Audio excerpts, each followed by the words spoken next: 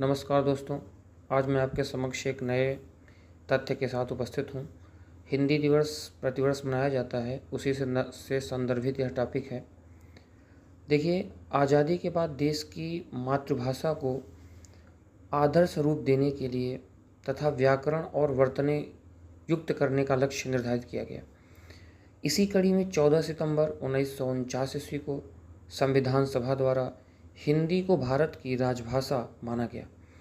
हिंदी भाषा के प्रचार हेतु राष्ट्रभाषा प्रचार समिति वर्धा के अनुरोध पर 1953 में प्रतिवर्ष राष्ट्रीय हिंदी दिवस के रूप में मनाए जाने का निर्णय लिया गया।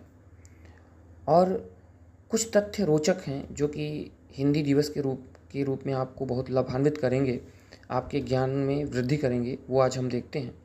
तो सबसे पहला तथ्य क्या है कि भारतीय संविधान के भाग 17 में अनुच्छेद 343(1) में वर्णित है कि संघ की राजभाषा हिंदी व लिपि देवनागरी होगी।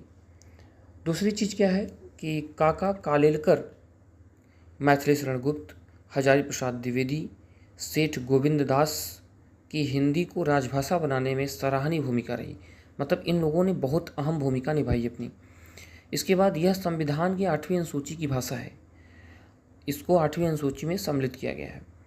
तो ये संवैधानिक दृष्टि से हिंदी का महत्व हो गया।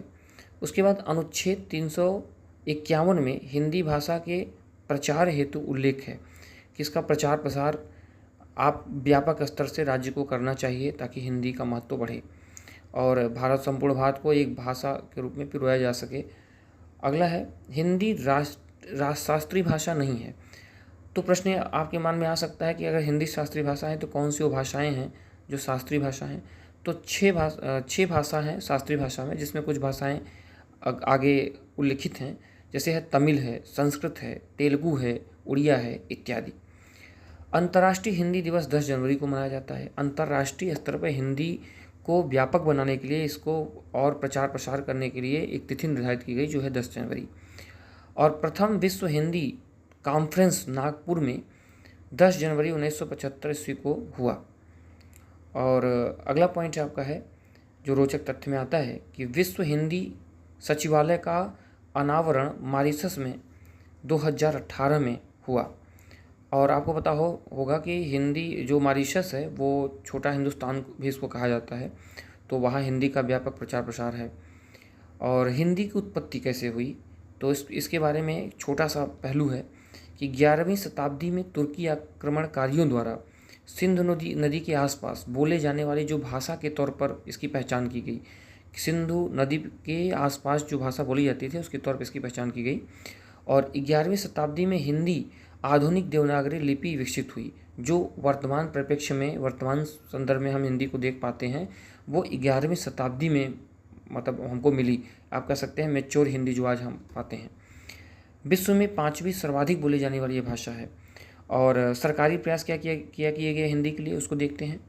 तो सेंटर हिंदी डायरेक्टरेट की स्थापना 1960 में शिक्षा मंत्रालय के अंतर्गत की गई। और कुछ ऐप्स बनाए गए हैं, वैसे तो बहुत से ऐप्स हैं, लेकिन एक ऐप है जैसे लीला ऐप। तो राजभाषा हिंदी को पढ़ने लिखने और अन्य चीज़ों में हिंदी को आगे बढ़ाने में इसका बहुत ही महत्व है। आप इसको डाउनलोड करके अपने ज्ञान में वृद्धि कर सकते हैं।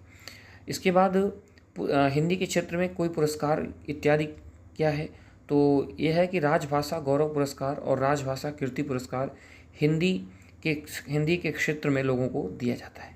धन्यवाद।